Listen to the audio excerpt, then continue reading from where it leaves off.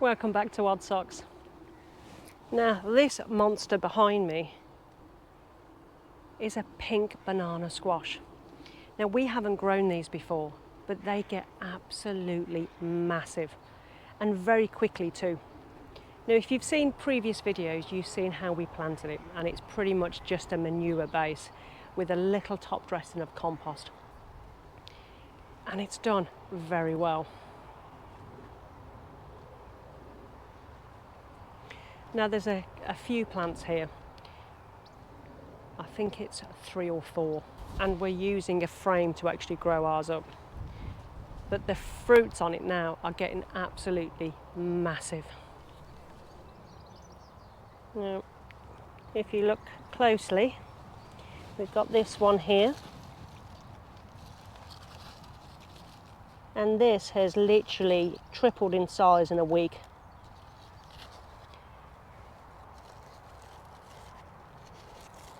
And that one, we've actually had to strap to keep it up there. Now that strap will get loosened as it grows bigger. Otherwise you'll end up with indentations as it grows. But we've also put a little bit of plastic on top of the chicken wire, just so the squash doesn't grow into the actual chicken wire. This will actually protect it somewhat from that. Happy little bees collecting their pollen. So I'm hoping for a really good harvest off this year. I like growing these kind of squashes and things because they do store incredibly well through the winter. And I've said it before, I've still got squash at home that I'm still yet to use from last year.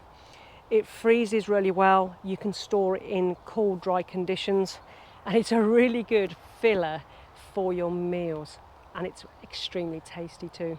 Uchi curry, I think it is, maybe, has gone massive too. And it's actually spreading everywhere.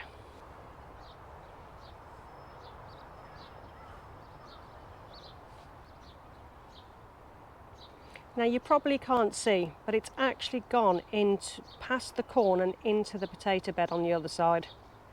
Quite a few feet away. But this is why I wanted to grow this particular squash here. I wanted it to take up the room, so we have less issues with weeds. Now, they have started to produce fruit, and these really do grow so quickly once they've set.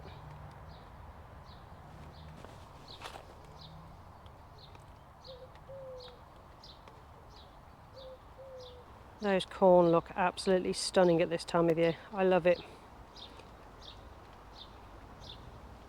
Most have got at least 2 to 3 cobs on.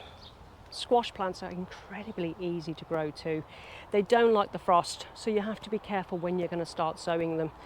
But if you protect them, any frost or slugs and snails, they really will reward you in a fantastic tasting crop.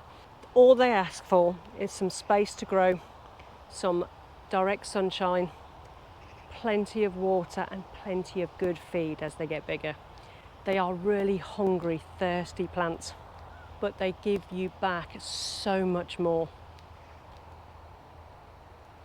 Maybe squashes are something that you could try for next year. Or if you're growing them this year, how are they doing for you? Are they growing well? Or have they been a bit slow with the UK weather at least?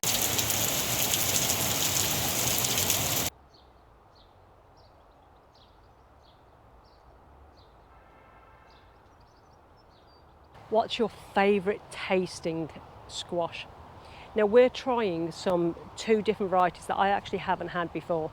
Now the Crown Prince, which is romping away in the potato patch, and the Urchi Curry, which I've not had before either.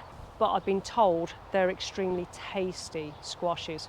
Now these pink bananas, the spaghetti squashes, the butternut squashes, the Urchi Curry, the Crown Prince, and I do believe a couple of squash plants that we were given, which are potato squashes, I'm not 100% sure, will produce for us more than enough squash for the next year. But that's a good thing for us because I'm happy to use squash 2 to 3 times a week in my meals. And with the size of the plot that we've actually got growing, it's a great filler for that area. Now, the only ones that have failed to thrive this year are our spaghetti squashes. We've always grown spaghetti squash, but these this year are looking sickly and not very happy at all. Now, we grew squashes in this area last year, didn't have an issue whatsoever, but this year they're not looking the best. They're growing and they may still be absolutely fine still, but these are much slower and behind compared to all the other squashes. These squashes here are our butternut squashes. I love the taste of butternut squash. It's the most common squashes that you can find in the supermarket in the UK, and they have a really good firm texture, perfect for curries, stews and things like that. And this, just over the last couple of weeks, has just literally piled it on. Now, on the other side are these, what I think is potato squash.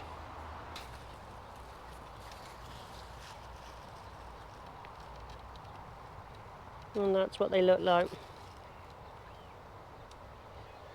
I've not grown these before, but we were given the seeds by another allotment here, so we thought we'd give them a go. So out of all these squashes, I'm really hopeful for a really good harvest. I like to grow stuff that we can actually use throughout the year.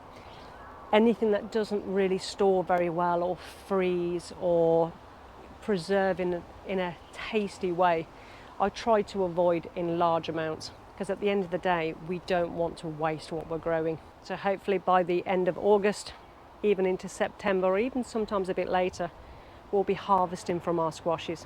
What's the biggest squash that you've actually managed to grow? I know people grow the giant pumpkins, and it's not something I've actually wanted to do. I was going to, but I'm not a massive fan of the very big pumpkin's flesh, and I want to grow stuff to actually eat. But I'll be interested to see how big your squashes go. And maybe next year, I'd run a little competition and see who can actually grow the biggest squash. But with so many different varieties of squash that contain so many different flavours and so many different uses, I think squashes are a winner on an allotment. Given the space to romp away, a little bit of love and care, I think it's a fantastic harvest to have for a very simple plant to grow.